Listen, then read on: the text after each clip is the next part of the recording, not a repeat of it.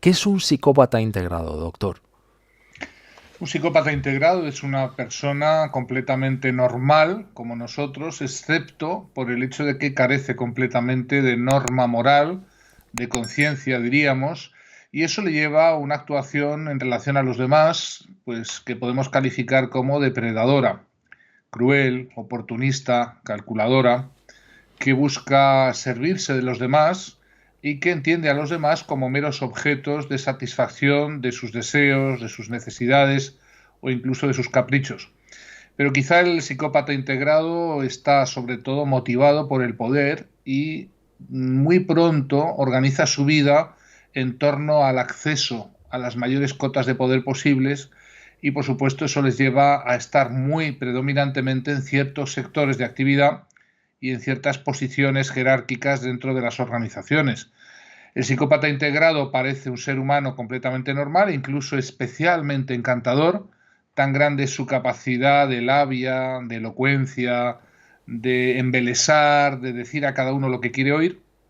Y eso pues les hace especialmente peligrosos porque nadie imagina que detrás de ese aspecto tan estupendo, tan encantador, tan seductor, pues lo que hay es detrás de esa tramoya, detrás de esa fachada, un ser sin alma, sin emociones, sin conciencia, pero que a cambio sí es consciente de lo que hace y por tanto puede llegar a ser muy peligrosa su actuación y por supuesto que va a generar víctimas a su alrededor. A lo largo de la vida de un psicópata, numerosas decenas de víctimas van a quedar en su camino.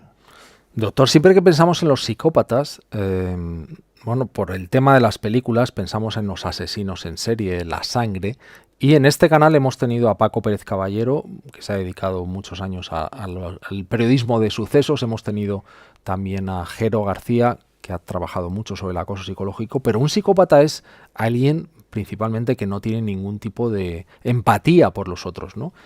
Puede ser una persona aparentemente absolutamente normal.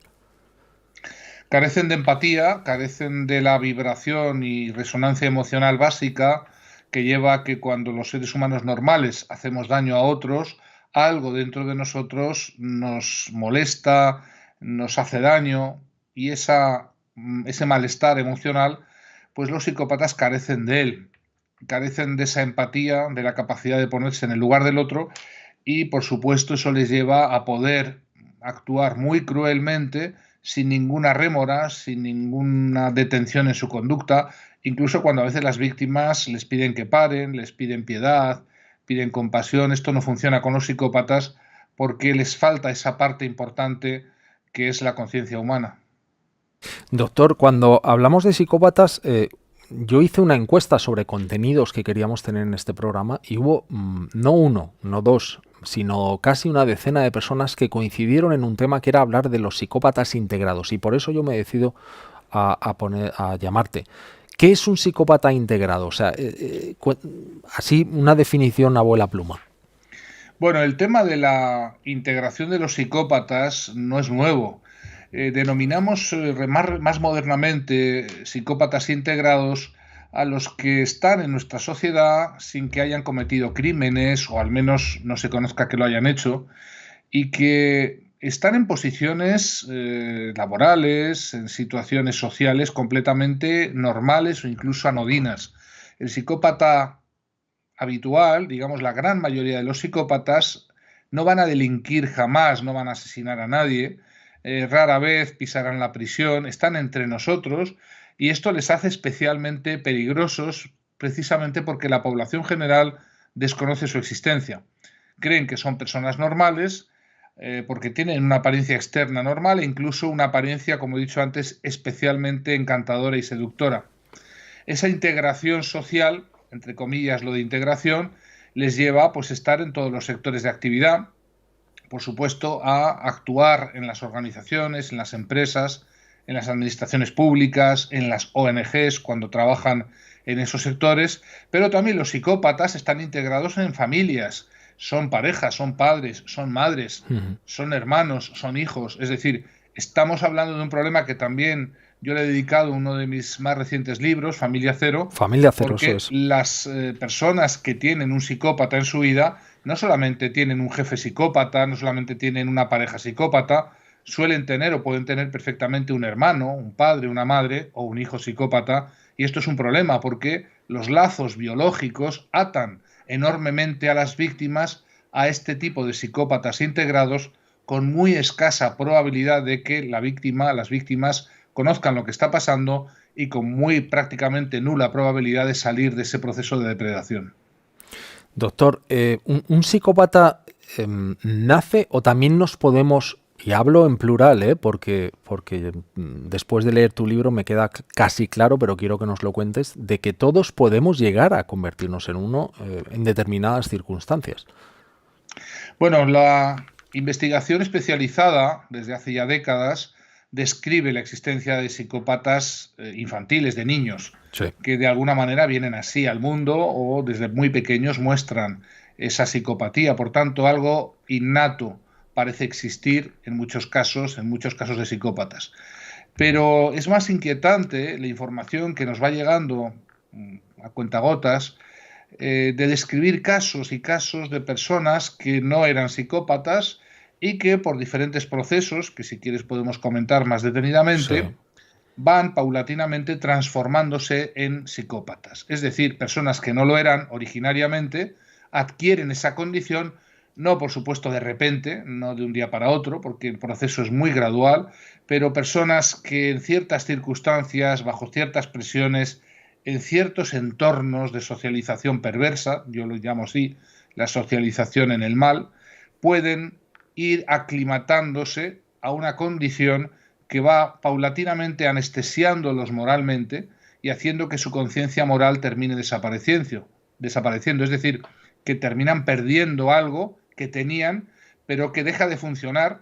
Y lo que es muy inquietante es que cuando, por la razón que sea, se produce ese paso al lado oscuro, el retorno de ese lado oscuro es prácticamente imposible. Luego te quería preguntar sobre eso, porque además haces en el libro pues casi una similitud con los Jedi y cómo puede haber alguien incluso dentro de una organización que sea como una especie de Jedi, ¿no? Alguien que busque el bien dentro de esa conversión al lado oscuro, que ese lado fuerte que nos tira hacia en algún momento, ¿no? Para irnos a ese lado tenebroso, digamos, haciendo una similitud a la Guerra de las Galaxias, ¿no? Que casi todo el mundo ha visto. Pero cuando tú en el libro Mi jefe es un psicópata, que bueno, es una reedición y una ampliación de un libro que tú haces en 2007, si no recuerdo mal, y que ahora se reedita con 4 capítulos que de alguna manera se te habían pedido que sacases porque el libro se hacía demasiado largo, pero que para mí son, yo creo que claves a la hora de entender muchas cosas, pero luego vamos a llegar ahí, ¿no? Pero en el libro, una de las cosas que a mí me llama, o que creo que puede ayudar mucho, es a cómo podemos reconocer a este tipo de personas. Tú hablas de la tríada perversa. Cuéntanos cuál es ese perfil, esa tríada perversa de la que tú hablas. Bueno, se habla de tríada perversa de las personalidades psicopáticas a un conjunto de individuos que llegan a alcanzar entre el 10 y el 13% de la población. Estamos hablando de Del un porcentaje enorme 13%.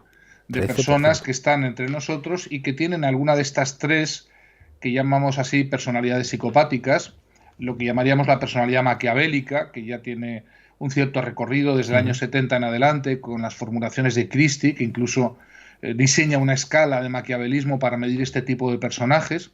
Lo que llamamos el autopromotor aberrante, en castellano llano y puro, el trepa de oficina, el psicópata integrado que está en el entorno de trabajo y que va como un alpinista laboral alcanzando cada vez mayores cotas a costa de quien sea y de lo que sea. Le da igual quién esté a su lado, que se lo carga para subir. Así es. Y luego el tercer grupo de esta tríada de las personalidades psicopáticas lo componen las personalidades narcisistas.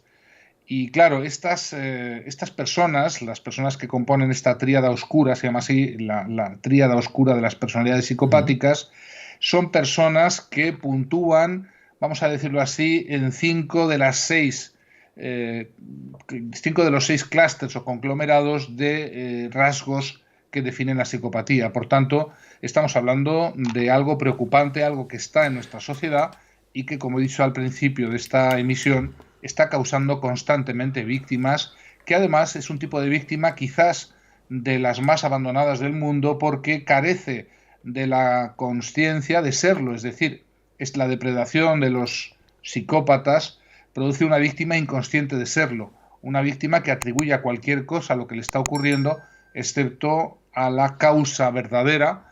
Tan grande es la dificultad de identificar estos personajes que, como he dicho antes, pues son personajes absolutamente normales, fascinantes, encantadores, incluso muy seductores.